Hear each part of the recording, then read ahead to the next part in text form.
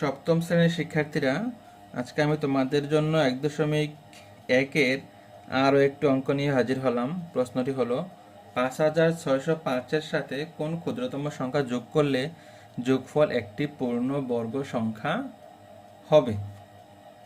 দেখো, আমার যে সংখ্যাটা ছিল 5605, আমরা যাদের ক্যালকুলেটর আছে আমরা প্রথমেই সংখ্যাটার বর্গমূল করে নেব।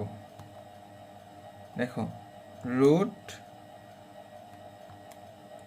বর্গমূল 5605 বর্গমূল করে আমরা দশমিকের আগের যে সংখ্যাগুলো আছে সেগুলো নেব। প্রথমে 7 বার দিলাম, 7 7 49, বিয়োগ করে পাই 7, 7-এর ডাবল হলো 14।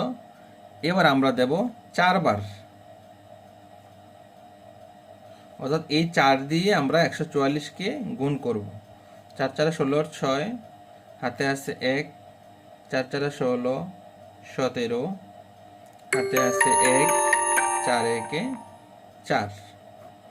আমরা এখন বিয়োগ করি। দেখো, 6 আছে 15 হইব, 9 হইলে হাতে আছে 1, 7 আর 1 8, 8 আছে 10 হইব, 2 হইলে হাতে আছে 1, 4 আর 1 5, 5 আছে 7 হইব 2 হলে,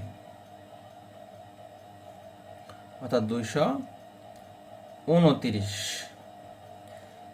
এখন দেখো, যেহেতু বর্গমূল করার সময় 229 অবশিষ্ট থাকে, আমরা এখন লিখব যেহেতু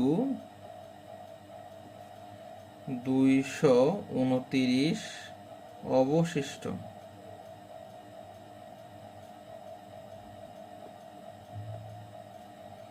সেহেতু সংখ্যাটি পূর্ণবর্গ নয়। সংখ্যাটি পূর্ণবর্গ নয়। তাহলে 5605-এর সাথে কোন ক্ষুদ্রতম সংখ্যা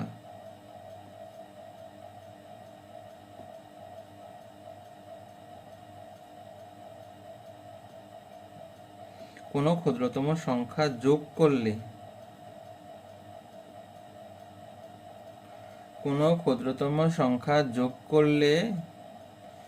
যোগফল কোন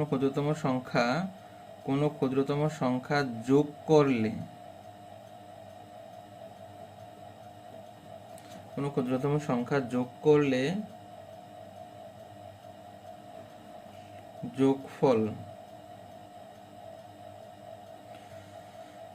যোগফল পূর্ণ বর্গ হবে এবং তখন এর বর্গমূল হবে।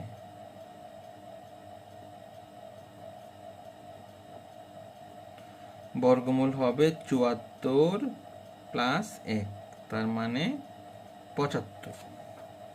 অর্থাৎ 5605-এর সাথে কোনো একটা সংখ্যা যোগ করলে ওই যোগফলটা পূর্ণবর্গ হবে, আর তখন এর বর্গমূল হবে, এখানে আমরা যা পাবো তার সাথে 1 যোগ করতে হবে। অর্থাৎ আমরা এখানে দশমিকের আগে বর্গমূলটা যা পাবো তার সাথে আমরা 1 যোগ করে দেব। তাহলে 74 আর 1 75। এখন দেখো, 75 এর বর্গ, 75 এর বর্গ মানে 2 বার গুণ, তার মানে 75 ইন্টু 75। আমরা এই কাজটা ক্যালকুলেটরে করে নেব। 75 স্কোয়ার, তার মানে 5625। 5625, অর্থাৎ আমরা যদি এখানে 75 নেই, তাহলে 75-এর বর্গ করলে যে সংখ্যাটা হবে এই সংখ্যাটা অবশ্যই বড় হবে মূল সংখ্যা থেকে। তাহলে আমরা এখন লিখব যে সুতরাং নির্ণয়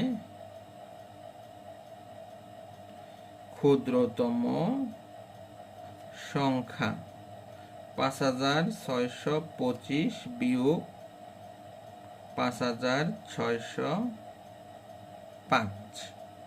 দেখো আমরা বিয়োগ করে পাই শুধু 20, অর্থাৎ 20 আমার হলো ক্ষুদ্রতম সংখ্যা। অর্থাৎ 20 যদি আমরা 5605-এর সাথে যোগ করি তাহলে ওই সংখ্যাটা পূর্ণবর্গ সংখ্যা হবে। এটা হলো আমার অঙ্কটা।